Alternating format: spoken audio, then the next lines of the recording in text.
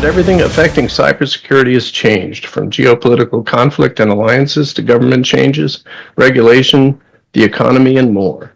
I'm Paul Shread, international editor of the Cyber Express, and with me to discuss these important trends is Kaustubh Medhe, Cyble's Vice President of Research and Threat Intelligence, and Steve Ingram, a Cyble board member and a longtime financial services cybersecurity consultant. Welcome, gentlemen. It's an honor to have you with us. Great to be here, Paul.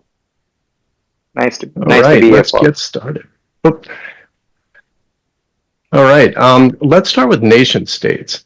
With the U.S. and China vying for global influence and deepening ties among authoritarian nations like China, Russia, Iran, and North Korea, how can organizations adapt their cybersecurity strategies to mitigate risks from cyber espionage and state-sponsored cyber attacks? Kaustubh, why don't we start with you here?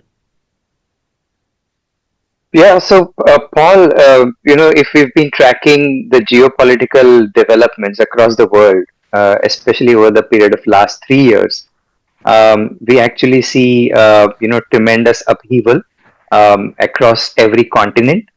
So we've seen the Ukraine-Russia conflict. We've seen disturbances in the Middle East, issues between Israel, Gaza, a lot of pressure from the international community on Iran.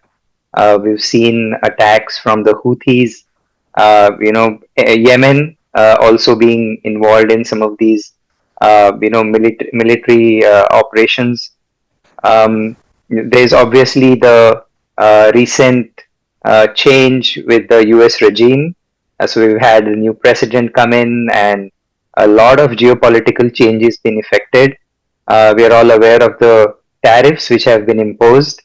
And then we already are aware of the sanctions that have been imposed on many of the countries like North Korea and Russia. So essentially, what this has led to is extreme turmoil and uncertainty in the global environment, right? And that's where we see a lot of these conflicts now also slipping into the cyber world. So if we notice, there is a tremendous amount of attacks on critical infrastructure on Ukraine as well as in the Russian region. This conflict has actually exposed a lot of vulnerabilities in supply chains. And obviously there is a risk of spillover from the state-sponsored attacks. So not just government agencies, but also private sector entities across Europe also have been impacted by these incidents. If you look at the Israel-Hamas conflict, again, there are a lot of hacktivism attacks which Israel has experienced on its critical infrastructure. There is a heightened activity in malicious, attacks from hacktivist groups. There is also a threat posed by affiliated hacktivist groups from different Middle Eastern nations. So it's basically, it just highlights the impact of geopolitical events and how it impacts cybersecurity in the private and the public sector. If you look at the conflicts between the US and China, although we haven't seen a full-scale confrontation, there's a lot of trade disputes and tariffs. There was always some suspicion about, the misuse of intellectual property, having some kind of dependency on China, but at the same time, unwillingness on part of the USA to share or transfer technology, leading to heightened espionage attacks or cyber espionage attacks, just to maintain that competitive edge. So if we see, because of these geopolitical tensions, most of the organizations today they are facing a heightened and complex cybersecurity landscape, right? And these are threats that typically go beyond traditional cybercrime. So now we're talking about intellectual property theft, critical infrastructure disruption, influence operations to influence the outcome of elections happenings in these countries, etc. So what can organizations then do to prepare themselves? And that's where I think the role of threat intelligence comes in.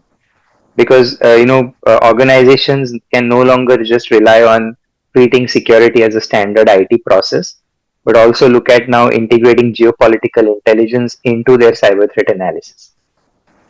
understand the strategic interests, understand the motivations, the typical TTPs that threat actors are using, to target these various organizations, right? The customers and enterprises now need to improve their capabilities on how they attribute these attacks, with higher confidence, right? So all these capabilities are now becoming very, very crucial, in defense and response strategies, right? Organizations also need to be able to hunt, if they are compromised. So they need to be comfortable with looking at indicators of compromise and TTPs to associate these attacks with known actors and then accordingly take action. Great insight, and you laid it out so clearly and so well. To me, it's like we're coming into a convergence. We're coming into a convergence of a trade and a tariff war that truly is unprecedented, at least unprecedented in living memory. The convergence of a Cold War, of hot activities like the Ukraine and the Middle East, and now with what you might have called a cyber Cold War, and it's all converging, but it's all falling into this cyber void, a void of government leadership, a void of where no one's going to do it for us anymore. We need to do it on our own. And as you said, the importance of using threat intel, of hunting, of not waiting for someone to tell you there's an issue, I think is more important now than ever. Yeah, those are some great Absolutely. points. Thank you both. Let's talk about trade for a little bit. Trade is getting more complex, and so is the supply chain that everyone is relying on. With that comes heightened risks also. How can organizations effectively assess and mitigate these risks, especially in the context of geopolitical tensions that might disrupt supply chains? Steve, do you have any thoughts here? Paul, if the role of a CISO was complex, we ain't seen nothing yet. It's just going to be so hard going forward, and we can't shy away from that. I look at, I love great thinkers, and Stephen Covey, I think, was a great thinker, and he wrote a book that most would be familiar with, 7 Habits of Highly Effective People. And there's 3 habits that really stand out to me in the situation we're in right now. One of those is to begin with the end in mind. So, as we just heard from Kaustubh, we're not just preventing attacks now. We need to be on the front foot. We need to be building our own trusted systems, technology systems, and people systems. We need to build our own collaborative networks, because I don't think we can rely on government to do that. I think the synergize, which is the public-private sector collaboration, but we can't wait. We've got to drive that. And then the third habit is to sharpen the saw. And this is one of my favorites, because I'm sitting at a farm right now, right? And one of the things about farming is you can't decide tonight you want to harvest your crop tomorrow. You need to have everything in place. You need to plant the seeds at the right time, turn the soil at the right time, apply the fertilizer at the right time, water it at the right time, so that it's all ready when you are. But I think we're going to find some people getting caught on the back foot and realizing they have to harvest tomorrow and they haven't prepared their crop. It is a hot situation we're in, and we have this void. I can't use the word enough, the void, that we can't expect what we've had in the past from government or central agencies to help get us through in the future. Now let's show that complexity that I talked about, right? So if you look at ANISA, they say that 62% of organizations globally had supply chain issues last year. There's only 23% that have full visibility of their third-party risks. And if we want to look at the example of Move It, one breach to tackle 2,000 victims, it's one to many, and it's very powerful. I think as we look at this overlay with the tariff wars, the unreliable trade agreements, I think there will be a lot of pressure on organizations to really pull back. This is terrible, Paul. I think I've wandered off your question. It's a great answer still. Thank you. Yeah. Okay. It's a great insight, Steve. Because it does concern me that we're going to rely on what we've done in the past, right? And it's just getting more complex. Early warning is key, threat intel is key, and we need to really be driving this ourselves. You know, if you look at what Cyble do, right, we need to monitor not just for what credentials we have ourselves on the dark net. We need to look at what credentials our third-party suppliers have on the dark web. We need to be proactive and taking ownership ourselves and looking at our plan B right now. We need to begin with the end in mind. We need to look at the synergies and how we can build our own communities and network, and we need to sharpen the saw. We can't harvest tomorrow. We need to plan well ahead. Now, I think there's another issue that we need to factor in here. And I'm already seeing this happen, right? CFOs are under pressure. They've got to get the business through. They've got to keep the business financially viable. We've got to keep it protected from a cyber perspective. I'm already seeing situations where, with this uncertainty, with tariffs, with trade wars, and with people not knowing what's going on, with this incredible overlay of regulations that we'll have to deal with, I'm seeing already pullbacks on budget. I've had a few discussions in the past weeks where people are putting projects on hold, deferring projects that aren't even necessarily expensive, but they need to find funding from wherever, because a lot of organizations are building up their war chest, so they've got cash to deal with the unknown that they're moving into. I've seen strategies change. One organization I know quite well who have a very acquisitive approach to the market, and they've been buying smaller players, not in cyber, but in another space for the past year or two, are pausing for two reasons: the uncertainty, and also, too, in case there's a bargain in the market as we move forward.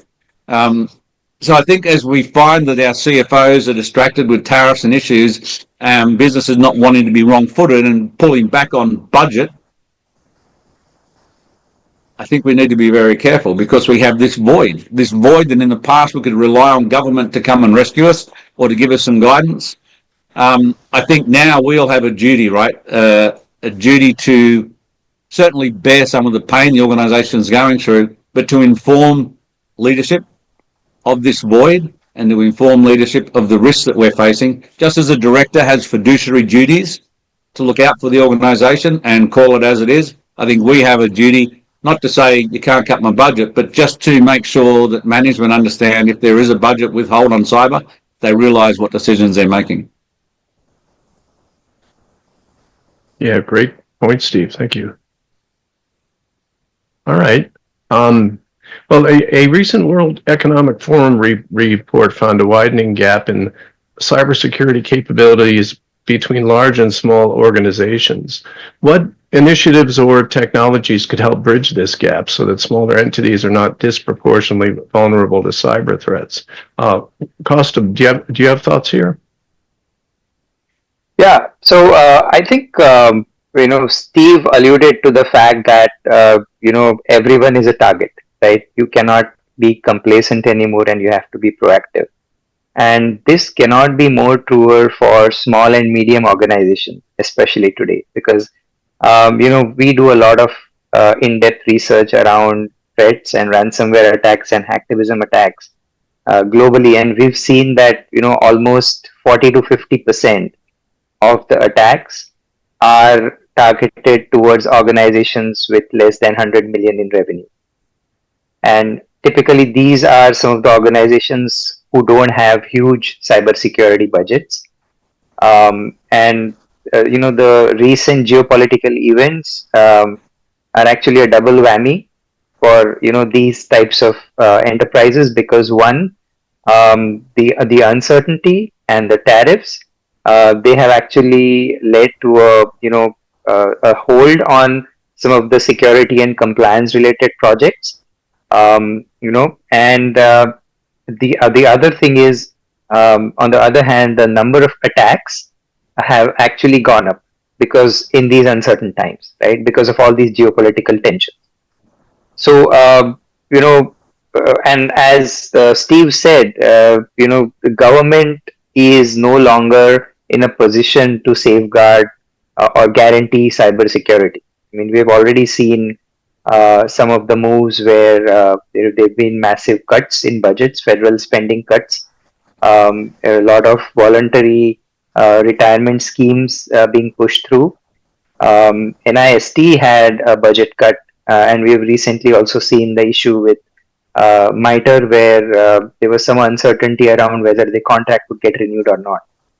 So, in this situation, I think what small and medium companies especially need to do is be more proactive. If they have a skill shortage, augment it by partnering with more skilled or mature managed services providers who can give them cover. And also leverage a lot of SaaS solutions which are already in the market, where you don't need to build something, but you can just take off the shelf cybersecurity solutions and services, to kind of make sure that the basic cybersecurity hygiene is covered. And here I'm talking about having at least an endpoint detection and response solution in place, having basic controls against DDoS attacks, multi-factor authentication, using password managers, following patch management processes. I think these are some of the basic cybersecurity controls which now have to be treated as mandatory to have a certain minimum level of deterrence against many of these cyber attacks which we see happening today. Yeah, those are really good points. Thank you. Sorry, Paul. I was going to say, it almost seems like in the past there was a real risk that smaller organizations would fall into the compliance trap, with 190 regulations globally that they need to deal with. They would look at compliance over resilience. And that's more important now than ever, to be focused on the resilience. And as you're talking then, because I thought of this analogy. I spent a lot of time in my life teaching kids to sail boats, right? And we used to sail sabots and opties, and they're just small one-person dinghies. And if you compare that to a yacht, the yacht has people on watch, it has a number of roles, and there's people looking out of the boat to see what's happening. But when you're teaching a kid to sail, you spend the first year teaching them what's in the boat. Their main sheet, their tiller, what are they doing inside the boat to keep the boat in ship shape? And then once they master all of that, you're teaching them to look outside the boat. They do the rest from muscle memory, and they're looking outside the boat to look at the weather changes that are coming, the changes on the water ahead, the other boats in the regatta. And it's almost, to me, the same right now. I think regardless of the size of the organization, and bigger organizations like big yachts have crew and have lookouts posted, but for smaller organizations, smaller boats, now's the time to be looking out of the boat. We can't spend that much time looking in anymore. Does that make sense? Yeah. Absolutely. In fact, I would just add something there, Steve, that it's time that organizations actually reach out to each other and engage in more threat intel sharing and sharing some of the learnings and from their incidents, so that they can collectively build a more resilient ecosystem. Correct. So let's sail as a fleet, not sail as a boat. Exactly. I love that idea, Kaustubh. Great points. Thank you both. Let's talk AI. There was a recent survey that found that half of organizations were concerned about adversarial advances powered by generative AI. How do you see AI evolving both as a tool for cyber defense and offense? Steve, why don't we start with you here? Well, I think for defense, it's if you're not applying AI, you're behind the game already, right? And we all need to do more with less. And we know the bad guys are using it relentlessly. And again, this situation, this cyber void that we're finding ourselves in right now, it's like an own goal. Now, the bad guys aren't waiting for us to get our game sorted. They're not waiting for us to get our boats ready on the beach. They're already sailing off over the horizon. And so we need to catch up. We can't do that without deploying AI. There's even one great example. I was speaking to someone recently. This isn't even about cyber, but it's about resourcing. Okay, we all need to do more with less. And I was talking to this CISO from a large organization who had a regulatory issue, and they were given notice in 28 days to respond. And normally, anyone who's been through this knows they get 28 days to respond to the regulatory notice, and they ask for an extension because there's so much work to do to get the response in order. And this CISO I was talking to said, you wouldn't believe it, but we actually probably had our first draft done in 28 minutes. I thought he was going to say 2 or 3 days, but they just ran off their first draft, and it wasn't perfect. It was far from perfect, but it was a working document they could spend the next 27 days validating, testing, and building out. And for the first time in that person's memory, they had their response done well and truly in time for the 28-day compliance from the regulator.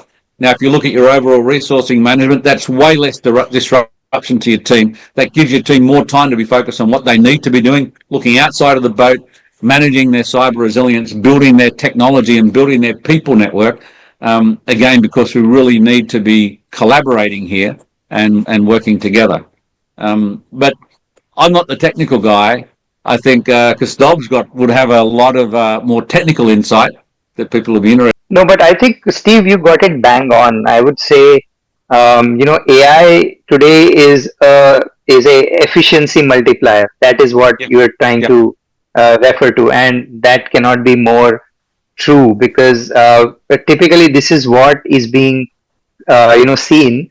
So if you look at some of the threat intel reports which have come out from OpenAI and Google, they are actually talking about the same thing. Threat actors are just trying to become more efficient and more fast at crafting their attacks, fine-tuning their attacks, so that they can target a wider audience in a relatively shorter span of time.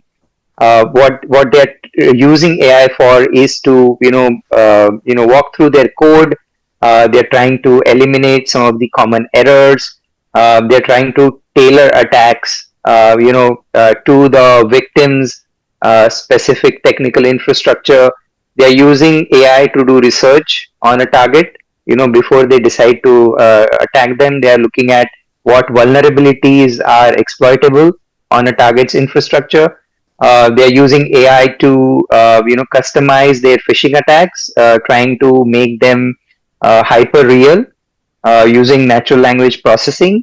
And with the rise of agentic AI systems, which is basically where AI agents orchestrating a very complex task, to achieve a specific objective, these type of attacks are going to grow in sophistication.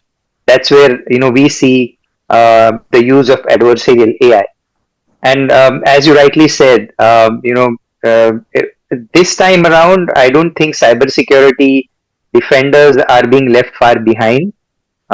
Since the last year or so, we have been seeing a lot of security solution vendors, including security monitoring vendors, endpoint security solution vendors, vulnerability management vendors, claiming that they have been embedding AI into their products.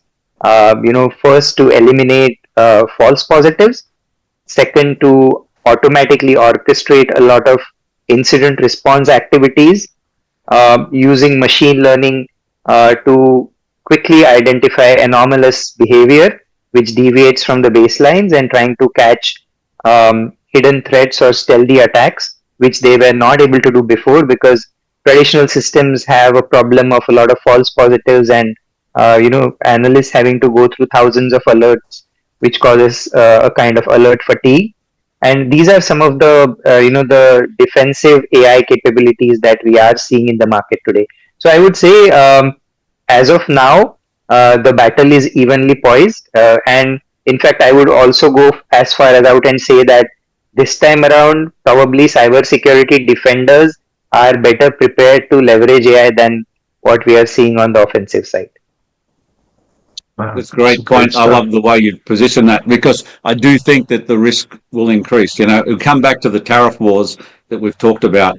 One aspect we haven't talked about, I think, is that we've seen criminal activity in cyber attacks in recent times, but I think we'll see more state-sponsored, because as we do move into this tariff and trade war, as free trade becomes restricted, I think there will be a greater increase in IP theft, in trying to understand what the competitive advantage of a product is over something that's made in another country. And so I think there will be an increase in state-sponsored, and they probably will use AI. And the final point on that is, if we come back to the sailing analogy, and you're in your boat in the fleet and you're worried about what your third parties are doing for your supply chain, don't forget you are also part of their supply chain or someone else's supply chain. And these threat actors, particularly state-sponsored, will look for the weakest link. They will use AI to deploy that against you. And so it's heartening, though, to hear Kaustubh's perspective. I really enjoyed that. Yeah, in fact, let Yeah. me just give you an example of this playing out, right? We've seen a lot of companies coming out and saying that off late, and especially this has been true in the US and European region, where they've seen a lot of, fake employees attending interviews, for software jobs at a lot of IT companies. And they are basically um, uh, you know, originating from North Korea, where these threat actors are actually using AI to create fake personas, create fake profiles, very very convincing looking profiles, and appearing for interviews. In the garb or a profile of a Westerner, and they're trying to infiltrate into these organizations, just to bypass these sanctions, because we all know that North Korea has been heavily sanctioned, and as a result, a lot of these avenues like cryptocurrency related attacks, which are happening on these crypto wallet companies, crypto exchange providers, most of these proceeds are being siphoned back into North Korea, and that country actually sees this as another opportunity to improve their revenue. So I mean, this is an existential crisis today that many of these organizations face, and that's where AI is being used in such a malicious way. Great stuff. Let's change tax here just a bit and talk about the regulatory environment. With the vast majority of CISOs concerned about regulatory fragmentation, what can be done to help streamline cybersecurity regulations to better facilitate compliance and security cross borders? Steve, you have a lot of thoughts in this area from all of your work. This is a difficult one with the withdrawal of leadership from a government level. This one is difficult. Like we know, the World Economic Forum last year found that 82% of CISOs already cite international regulatory inconsistency as a key issue. We know that they've got over 190 regulations to deal with between Europe, America, Asia, Australia, and all around the place. And it's not just a headache, it's a business risk. But the challenge is now, with this void that we're seeing emerge, no one's going to come in and take the leadership, or governments that might try and come in and take the leadership, to be fair, salute their efforts, but they probably don't have the critical mass to really make a material change. So from a government to government level, we need greater collaboration, because the fragmentation just chews up so much time, so much resource, so much effort going into complying with regulations that, don't get me wrong, I think they're important and they're good to have, but when we don't have uniformity or consistency, it creates friction for the CISO to deal with, and it becomes very challenging. And as in the past, we could rely on CSRB or others to really take the lead. Again, if I look at Covey's sharpening the saw habit, we need to be preparing our fields, preparing our crops. We need to be preparing our future together now. We can't sort of turn up and expect it's going to happen tomorrow. Now, it's an uphill battle, and we're juggling a lot of disparate and at times conflicting perspectives. But I think we can't wait for someone to ride in and save us here. So each organisation, big or small, needs to be building their own technical and people networks, and that includes collaborative communities around them, and then encouraging their own governments to take a leadership role and to not be so proud, but be a little bit humble and go to other countries and international conventions, and let's try and standardise some of the regulations and requirements that we're operating against. It's not a matter of pride, it's a matter of practicality, particularly as we move through this, again, convergence of a hot war, the cyber cold war, the cyber void and the trade and tariff war, we're moving into incredibly, no one's written a script on how we're meant to manage this. So we need to try and streamline and harmonize and do that collectively, proactively together. Yeah, and then Steve, I mean, I totally agree with you on the point that we need to have more cross-border collaboration and unifying some of these disparate regulations and standards. But I think somewhere, uh, I'm wondering if it is the time now to put more onus on some of the software vendors and hardware vendors to kind of bake in security features or make them liable for breaches of their products, which leads to cybersecurity incidents. I mean, is it time that regulators now start making vendors more accountable for building secure products so that the burden of compliance and burden of securing these products once they are deployed in production environments is somewhat reduced, because vendors have a fiduciary kind of a duty to protect their customers from such types of attacks. 100%. And to do that, we're better together. We're stronger together, right? If we go to them as Cyble, they'll dismiss you. If you go to them as a major bank, they might dismiss you. But if you go to them as a representation of the 8 biggest banks in the US, or an industry sector, or a global collaboration, it's harder for them to not take notice of what you're asking for. A few years back, I worked with a consortium of 8 major banks in the threat and vulnerability management space. And they'd all had some challenges, but they realized their challenges were the same. And they asked me to bring them together, which we did. And I thought there might be 1 or 2 forums on this topic on TVM. And we identified 6 key streams. And that working group, some 4 years later, 3 years later, is still thriving and meets on every 6 or 8 weeks, because they realized the problems they all had were no different to anyone else. But one of the key problems was the vendors. And we're vendors, so it's not the vendors are bad, but like any business, you're going to try and do the most with the least for the greatest return, right? And so they're trying to get product out, and they're trying to get new product developed, and they're not always applying the right fiduciary duties that they should to the products they're selling. But we found if you go to them as 8 big banks and say, we want something different, they listen. You've got their attention. And again, I think coming back to the sailing analogy, we need to operate as a fleet. We're stronger together. And if we can build collaborative networks between countries, but through similarities of sector or solution or services, then I think we're in a more powerful position. And I think, this void, this cyber void that we're experiencing is unlikely to ever go away. I don't think it's ever going to be returned the way it was. This is, the training wheels are off. We're going to look out of the boat and sail on our own. And I think it will get better, but right now we need to collaborate and build that, not just technology networks, but people and organizational networks effectively and fast. Yeah, great points. All right, let's talk about the U.S. a little bit more. The U.S. has been a leader in critical infrastructure protection and global alliances, but it seems like so much of the U.S. mission has been changed or cut back.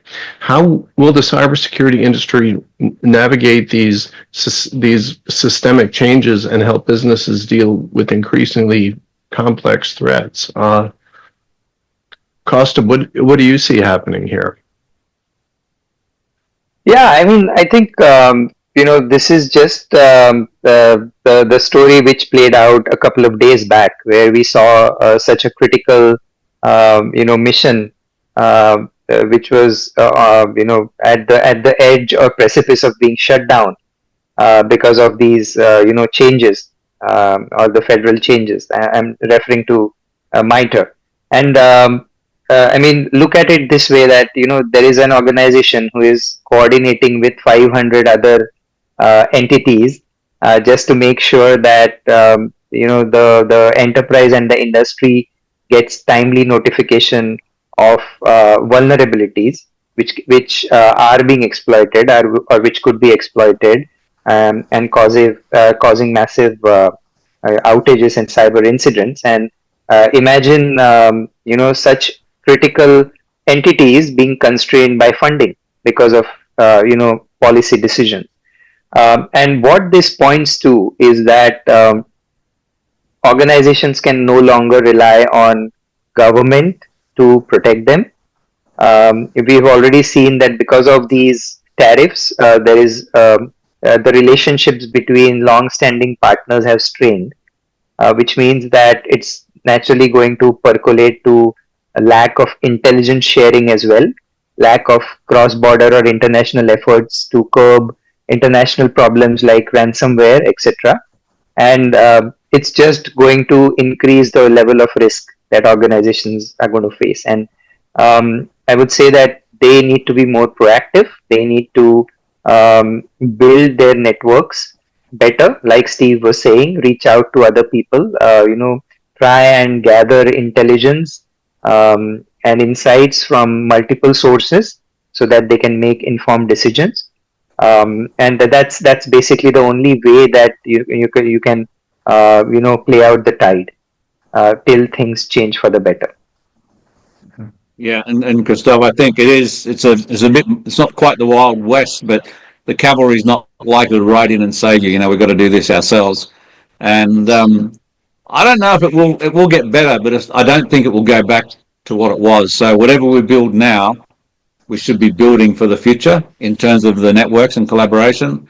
But bear in mind as well, I've not seen in my life, apart from where you provide a cyber solution, cyber is not a competitive advantage. It's basically a baseline to operate safely and effectively and with your customers' confidence. So there's nothing to be gained by withholding intel from some competitors, even direct competitors. I think it lifts the tide for everyone and we're all in a better place. Yeah, I agree with you 100%. Yeah, excellent points, both of you. So a very big thanks to our distinguished guests from Cyble and to our audience for listening. I heard that companies need to do a lot more, but that the balance may be tipping in their favor. So that's very good news. So thank you all for being here. Can I just round out, Paul? To come back to the 3 habits, please begin with the end in mind. So know where you want to go and what you've got to do, even if it seems uncomfortable. Just bite the bullet because it's very important. Synergize, build that network. Look at the fleet. Sail as a fleet. We're stronger together, and collaboration is key. No one's going to ride in to save you here. And then sharpen the saw because it's so important. We can't harvest a crop tomorrow. We need to be plowing the field, planting the seed, fertilizing, weeding, and watering constantly so that we're in the best possible shape when things go wrong, because the attacks will increase. The intensity of those attacks will increase with AI, but also driven by the tariff and trade wars that we're going into, I've got no doubt, and threat actors taking advantage of this void. But I really enjoyed the conversation. I loved hearing Kaustubh's outlook, and happy to continue the dialogue online or through LinkedIn or whatever. But thanks for making the time for us today, Paul. Yeah, awesome stuff. Thank you both. Thank you, Paul.